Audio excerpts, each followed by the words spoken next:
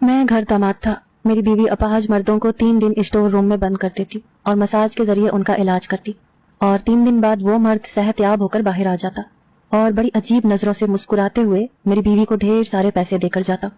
एक दिन एक्सीडेंट में मेरी टांग टूट गई तो मेरी बीवी ने मेरा इलाज करने से इनकार कर दिया और धमकी दी कि अगर दोबारा ये बात की तो तलाक लेकर बाहर निकाल दूंगी। एक दिन राज जानने के लिए मैं एक अपाहज दोस्त की जगह कमरे में छुप गया। जैसे ही आधी रात हुई तो मेरे पैरों तले से जमीन निकल गई। बीवी ने अंदर आते ही मुझे अपनी बीवी के इस काम से सख्त नफरत थी। कई बार मेरी अपनी बीवी फरखंदा से इसी बात पर बहस भी हो चुकी थी कि वो ये काम नहीं करेगी, लेकिन वो मुझे कम तनख्वाह का ताना देकर चुप करवा देती। मुझे शुरू से ही उसका ये काम बिल्कुल पसंद न था। उसके पास अपाहज मर्द आते थे और वो 3 दिन उन्हें स्टोर रूम में बंद रखती। रोज रात को और दिन में उनके पास जाती और मसाज करती, और जब कमरे से बाहर आती तो पसीने से शराबोर होती। उसका तनफ्फुस बिगड़ा हुआ होता, वो फूले हुए सांस भर रही होती और स्टोर रूम से आते ही वो वॉशरूम में चली जाती, फिर नहाकर वापस आते ही खूब डट कर खाती। मैं ये सब तमाशा देखकर पल पल मरता था। वो मसाज करती थी जिससे वो मर्द 3 दिन में ही ठीक हो जाते और वो ढेर सारे पैसे मेरी बीवी को देते, लेकिन जिन अजीब नजरों से वो मेरी बीवी को देखते थे मैं शर्म से पानी पानी होने लगता था। एक औरत का किसी मर्द को मसाज करना, ये सोचिए गैरतमंद मंद पर बहुत बड़ी जिल्लत का तमाचा है जो मेरी बीवी मेरे मुंह पर रोज मारती थी। मैं मुसलसल अजियत का शिकार था। मैं जब भी उसे मना करता तो वो मुझसे लड़ने लगती, झगड़ने लगती, कहती जितने पैसे मैं 3 दिन में कमा लेती हूँ तुम वो महीने भर में भी मुझे कमा कर नहीं देते। मैंने कहा ठीक है, तुम्हें अगर ये काम करना है तो तुम अपनी माँ को भी अपने साथ बिठा लिया करो। मेरी बात पर फरखंदा गड़बड़ा सी गई, लेकिन चची कहने लगी कि ये अमल किसी फकीर की दुआ है और ये अमल तन्हा ही करना होता है, वरना असर जायल हो जाएगा। मैं बेहद परेशान रहने लगा था। मैं रात का चौकीदार था, लेकिन मुझे पूरी रात बेचैनी सी लगी रहती कि मेरी बीवी न जाने किस मर्द के साथ स्टोर रूम में क्या कर रही होगी। अगर बीवी नेक अतवार की मालिक हो तब भी मर्द इतनी बड़ी बात की इजाजत अपनी बीवी को नहीं दे सकता, और मेरी बीवी तो जब भी मैं उसे समझाने की कोशिश करता कि तुम मेरी तनख्वाह पर ही गुजारा करना सीखो तो मेरी सास, जो कि मेरी चची भी थी, मुझ पर बरसने लगती, कहती कि तुम इस काबिल हो ही नहीं कि इतने पैसे कमा सको जितने मेरी बेटी कमा लेती है। फिर वो नेक काम करती है, अल्लाह ने उसके हाथ में शफा रखी है। मैं ये सोचता कि ये कैसी शफा रखी है कि मर्दों की मालिश करो और पैसे कमाओ। नमाज पढ़ते तो मैंने आज तक फरखंदा को नहीं देखा था, फिर उसके हाथ में शफा कैसे थी। अब तो मेरे घर के बाहर मर्दों का रश लगा रहता था। न जाने वो लोग सच में अपाहज थे या बन कर आ रहे थे। मेरी बीवी सबसे पहले उसका इलाज करने को तैयार हो जाती जो उसे सबसे ज्यादा पैसे देने की ऑफर करता। फिर वो उसे उस स्टोर नुमा कमरे में लेकर जाती जिस कमरे में मुझे झांकने की भी इजाजत नहीं थी। मैंने रात की नौकरी छोड़कर दिन की चौकीदारी कर ली, क्योंकि मेरा दिल हर वक्त बेचैन सा रहता था। ये ख्याल ही मेरा चैन खत्म करने के लिए काफी था कि मेरी बीवी रात के वक्त मसाज करती है। एक अजनबी मर्द का एक औरत के साथ खिलवत में होना ही सबसे बड़े गुनाह को दावत देना था। फिर मसाज। मेरा नाम इम्तियाज था। मेरे वालिदैन का इंतकाल हो चुका था तो चचा मुझे अपने घर ले गए। मेरी चची एक सख्त मिजाज औरत थी। मेरे चचा रात में चौकीदारी करते थे, इसीलिए रात भर घर पर नहीं होते थे। चची का रवैया मेरे साथ बहुत बुरा था। उनकी एक ही बेटी थी जिसका नाम फरखंदा था। उसने भी अपनी माँ का मिजाज ही पाया था। मेरी कजन को किसी फकीर ने यह अमल सिखाया था कि वो अपाहज लोगों का इलाज करती थी। मुझे उनके इलाज करने से कोई मसला नहीं था, बस उनके इलाज के तरीके कार कुछ अजीब सा लगता था। वो अपाहज मर्द को एक स्टोर रूम में बंद कर देती और फिर रात के वक्त वो उस कमरे में जाती और 2-3 घंटे उस अपाहज शख्स का मसाज करती। जब वापस आती तो पसीने से शराबोर होती। अजीब बात यह थी कि वो मरीज 3 दिन उसी स्टोर में रहता। तीसरे दिन वो भला चंगा होकर स्टोर से बाहर आता और मेरी बीवी को मुस्कुराते हुए देखता और पैसे देकर चला जाता। मेरा दिल तो बड़ा चाहता था कि ये बात चचा को बता दूं। वो तो पूरी रात घर पर नहीं होते और फरखंदा पीछे से इलाज के बहाने न जाने क्या करती है, लेकिन मुझे चची से बहुत डर लगता था। वो तो मुझ पर ही कोई इल्जाम लगा देती, इसीलिए मैं चचा से कुछ नहीं कहता था। वक्त यूं ही गुजरने लगा। 2 साल बीत गए। मेरे चचा बीमार रहने लगे तो मैं उनकी जगह नौकरी पर लग गया, लेकिन मेरी जिंदगी में असल तूफान तो उस वक्त शुरू हुआ जब मेरे चचा का इंतकाल हो गया। मैं उस वक्त सिर्फ 23 साल का था। मेरी चची के लिए ये एक बहुत बड़ा सदमा साबित हुआ। वो शुरू में तो चुप चुप सी रहने लगी। सारे घर का बोझ मुझे अकेले को ही उठाना पड़ता था। सारी तनख्वाह चची मुझसे छीन कर रख लेती थी और मैं कुछ कह भी नहीं पाता था। चची की बेटी फरखंदा बहुत तेज मिजाज की थी। हर वक्त उसे लड़ने का बहाना चाहिए था। मैं तो ये सोच सोच कर परेशान होता था कि जिससे उसकी शादी होगी वो तो बिना मौत ही मारा जाएगा, लेकिन ये नहीं पता था कि एक बार तो मुझ पर आफत ही टूट पड़ी। मैं जब रात भर की चौकीदारी करके घर पहुंचा तो मेरी चची किसी बात पर अपनी बेटी को कोस रही थी, साथ रो भी रही थी। मुझे कुछ तशवीश सी होने लगी कि ऐसा भी क्या बनाती हूँ, तू थका हुआ आया है, डट कर नाश्ता कर और सो जा। मैंने तेरे कमरे की सफाई भी फरखंदा से करवा दी है। चच्ची का मीठा लहजा सुनकर तो मैंने हैरत से पूरी आंखें फैलाकर उन्हें देखा। आज से पहले तो कभी मुझे नाश्ते तक का नहीं पूछा और आज पराठा बनाकर दे रही हैं। मैं तो उनकी इस मेहरबानी की वजह भी ठीक से समझ नहीं पाया था, क्योंकि उस वक्त भूख लगी थी, इसीलिए मैंने 2 पराठे डट कर खाए। उसके बाद ठंडी लस्सी का गिलास पीकर अपने कमरे में चला गया। मैं बहुत गहरी नींद सोया। जब शाम को उठकर बाहर आया, चच्ची के सब भाई सहन में ही जमा थे। मुझे देखकर कहने लगे कि इधर आओ, तुमसे जरूरी बात करनी है। मेरा दिल न जाने क्यों जोर जोर से धड़कने लगा। मेरी छठी हिस्स मुझे आने वाली मुसीबत का इशारा दे रही थी।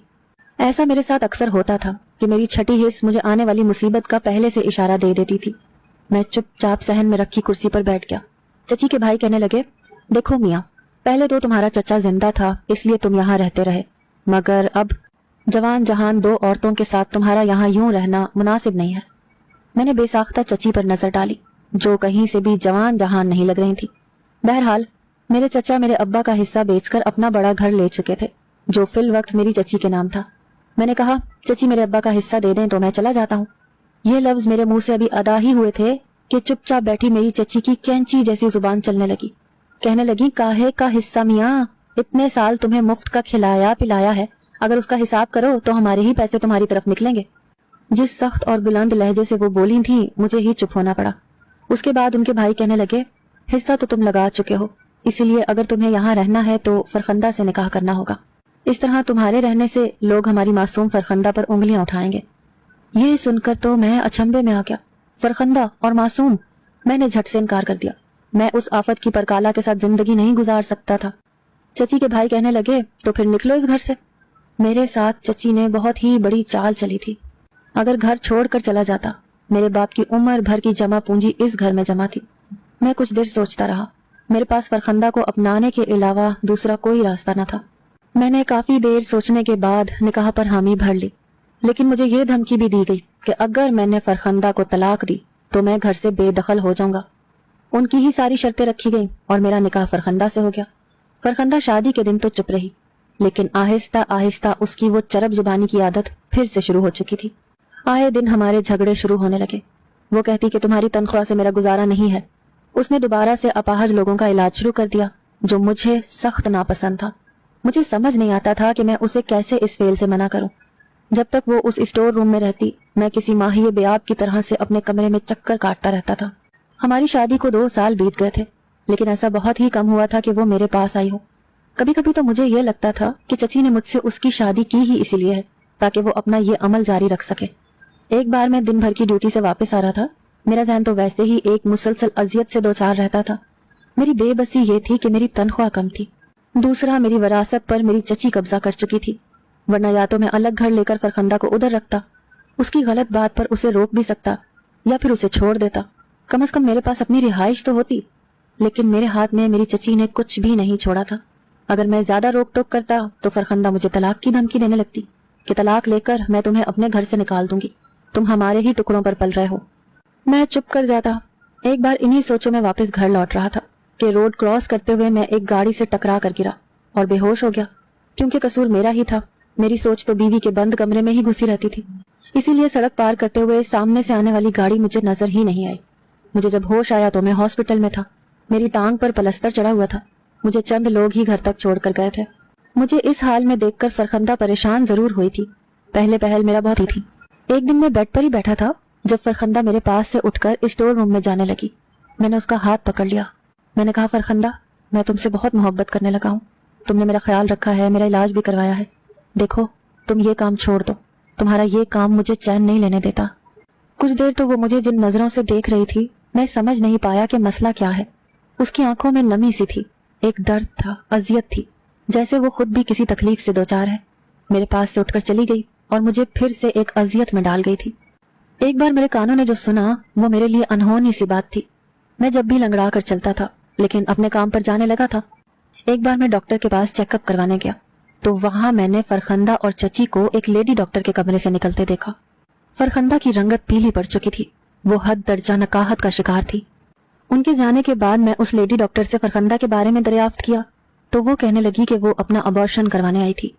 ये सुनकर मुझे बहुत दुख हुआ کہ پچھلے 2 سال سے میں یہی ایک دعا کر رہا تھا کہ وہ امید سے ہو جائے، تاکہ وہ مساج چھوڑ دے، اپنے گھر اور بچے میں لگ جائے، اور یہاں ایک گناہ کرنے آ پہنچی تھی، میرے ہی بچے کو مار چکی تھی۔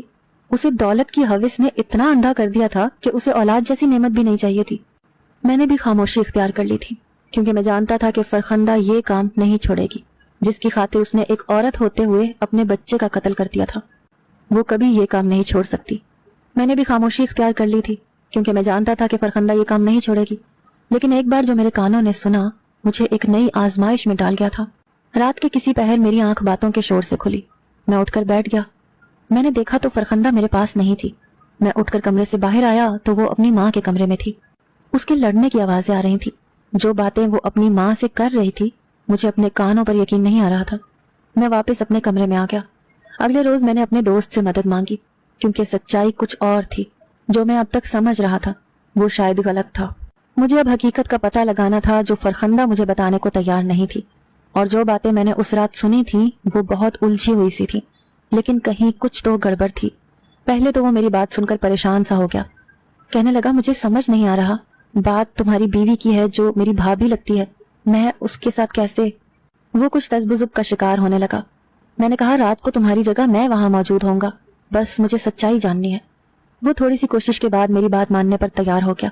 پھر وہ میرے گھر ایک اپاہج بن کر آیا اور میرے اسٹور روم میں بند تھا۔ میں رات کو اسی اسٹور میں چلا گیا اور فرخندہ کو کہا کہ رات کی ڈیوٹی پر جا رہا ہوں۔ میں نے اسٹور میں جا کر اپنے دوست کو باہر نکال دیا اور کہا کہ وہ گھر سے باہر چلا جائے، اور خود میں اسٹور میں بچھی چارپائی پر لیٹ گیا اور لحاف منہ تک تان لیا۔ کچھ ہی دیر کے بعد فرخندہ اسٹور روم میں آئی، اسٹور کی لائٹ جلائی۔ میرا دل بہت زور سے دھڑکا تھا۔ پھر مجھ سے کہنے لگی کہ صاحب لائٹ جلی رہنے دوں کہ بند کر دوں؟ میں نے کہا کہ بند کر دو۔ یہ بات میں نے اپنی آواز بدل کر کہی تھی۔ اس نے اسٹور میں لائٹ بجھا۔ جانتی ہو زناکاری کے بارے میں ہمارا دین اسلام کیا کہتا ہے؟ شادی شدہ مرد اور عورت زنا کریں تو دونوں کو سنگسار کر دو، یہ اللہ کی طرف سے سزا ہے۔ زانی ایمان کی حالت میں زنا نہیں کرتا، یعنی جب وہ زنا کرتا ہے تو ایمان سے خالی ہو جاتا ہے۔ رسول اکرم صلی اللہ علیہ وآلہ وسلم سے بڑے گناہوں کے بارے میں پوچھا گیا تو آپ صلی اللہ علیہ وآلہ وسلم نے فرمایا ہمسائے کی بیوی سے زنا کرنا۔ تم بتاؤ میں تمہارے ساتھ کیا سلوک کروں؟ تم نے تو اس گناہ کی خاطر میرے بچے تک کو مار ڈالا۔ میرے آنسو بہنے لگے تھے۔ کہتے ہیں مرد میں ضبط عورت سے زیادہ ہوتا ہے، وہ بڑی سے بڑی مشکل پر بھی روتا نہیں ہے، لیکن جس اذیت سے میں گزر رہا تھا میں رو رہا تھا۔ رو تو وہ بھی رہی تھی۔ مجھے یاد آنے لگا کہ اس رات وہ چچی سے اسی بات پر لڑ رہی تھی کہ وہ مجھے اور دھوکہ نہیں دے سکتی، کیونکہ وہ مجھ سے محبت کرنے لگی ہے، گناہ نہیں کرے گی۔ لیکن چچی اسے کہہ رہی تھی کہ بکو مت، وہ تمہیں چھوڑ کر کہیں نہیں جا سکتا، جو کام تم کر رہی ہو وہ کوئی گناہ نہیں ہے، پیسہ کمانے کا ذریعہ ہے۔ فرخندہ کہنے لگی میری ماں کا لالچی پیٹ بھرتے بھرتے میں تھک چکی ہوں امتیاز، لیکن اس کا پیٹ ہے کبھی بھرتا ہی نہیں ہے۔ ابا رات کو چوکیداری کی نوکری کرتے تھے اور اماں غیر مردوں کو بلا لیا کرتی تھی، مجھے ایک الگ کمرے میں سلا دیتی تھی اور خود کو گناہوں کی نظر کر دیتی تھی۔ اس وقت میں چھوٹی تھی، اسی لیے اماں کے ہر عمل سے ناواقف تھی، لیکن جب میں کچھ سمجھدار ہوئی تو اماں کو کہنے لگی کہ وہ اپنے عمل سے باز آ جائے ورنہ میں ابا سے کہہ دوں گی۔ لیکن میری اس بات پر میری ماں مجھے مار مار کر زخمی کر دیتی۔ پھر تم ہمارے گھر رہنے لگے تو اماں کا یہ کام بند ہو گیا، کیونکہ تم گھر پر ہی رہتے تھے۔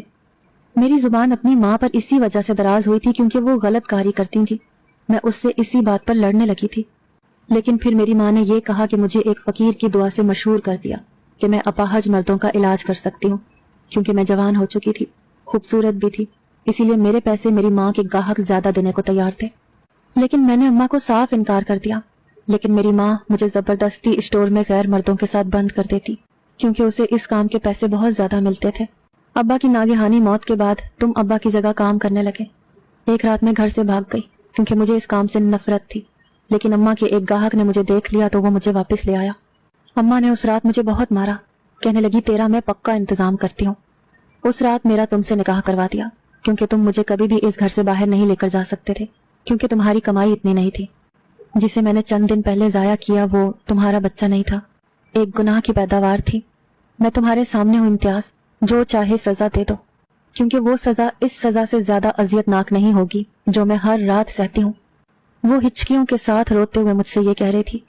میں نے کہا کاش تم نے یہ بات مجھے پہلے کہہ دی ہوتی۔ وہ کہنے لگی میری ماں تمہارے ہاتھ پاؤں پہلے ہی کاٹ چکی تھی، تمہارے ورثے پر ناگن بن کر بیٹھ چکی تھی، تم کیا کر لیتے؟ میں نے اسے کوئی جواب نہیں دیا۔